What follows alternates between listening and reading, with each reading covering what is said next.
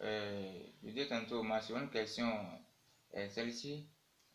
Quel est votre avis ou votre point de vue des Africains, surtout la peau noire, sur la question du paradis après la mort? Quelle est leur pensée?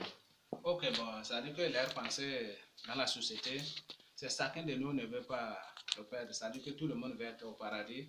Donc, il faut respecter les règlements. En respectant les règlements, qu'est-ce qu'il faut? Il faut concentrer maintenant sur la religion. Tout ce que la religion dit, il faut respecter. Et voilà, c'est une manière de nous exploiter. C'est par là qu'ils ont introduit maintenant le système d'exploitation. Ils sont en train de nous exploiter. Donc, ils sont en train de bafouer notre espoir. Ils sont en train de nous rendre paresseux. Donc, ça fait qu'aujourd'hui, même, au même moment, ces jeux sont en train de se développer à 100%. Maintenant, nous, aujourd'hui, il y a des personnes qui sont capables de travailler, de développer ce qu'il faut pour leur bien et permettre à leurs enfants et leurs petits-fils de vivre dans le paradis avant de mourir. Mais comme on les a dit, le paradis après la mort, lui, il voit que quand il va mourir, laisser tout ça, c'est une perte pour lui. Donc, qu'est-ce qu'il faut? Il faut faire ce qui va lui amener au paradis, à l'éternel. Par exemple, aujourd'hui, après, si personne ne va pas mourir et revenir, donc tout le monde aussi sera mortel parce qu'il y a un verset coranique qui dit donc voilà ce qu'il a dit de ce côté. Donc c'est un système qu'ils sont en train d'utiliser.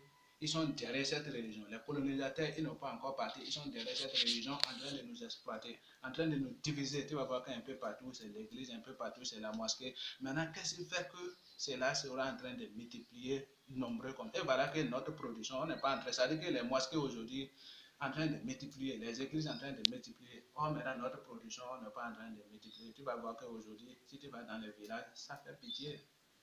Il y a des villages où tu ne peux même pas avoir encore un jeune. Mais viens en ville, tu vas voir, toute la jeunesse sont là. Donc, c'est pour dire quoi? Il n'y a pas de travail. Donc, c'est-à-dire qu'ils nous ont dit le travail parce qu'ils ont utilisé la religion pour nous faire dégoûter de nos aïeux.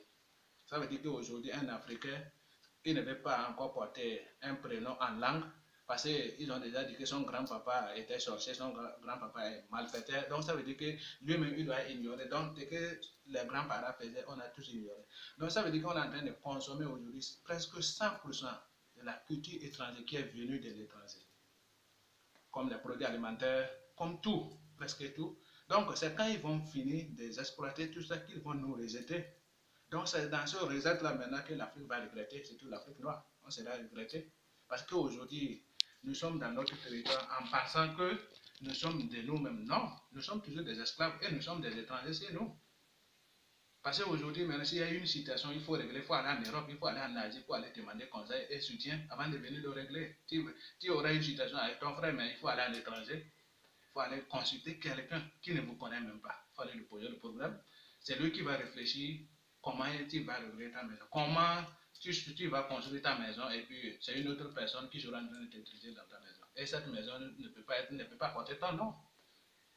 Donc, voilà que les situations que la population sont en train de vivre dans notre société. Donc, ça fait qu'aujourd'hui, vraiment, il faut qu'on va développer beaucoup de combats pour pouvoir s'en sortir dans cette crise. Sinon, cette crise va beaucoup reculer l'Afrique en arrière. Et voilà que Dieu nous a donné tout à notre disposition pour qu'on n'a pas pu se développer avec. Bon, maintenant, si je comprends bien, à cette question, on veut assumer que c'est les religions étrangères qui, d'une part, d'une autre, participent au sous-développement Oui. des Africains. De l'Afrique noire, oui. Ils disent que bon, le paradis après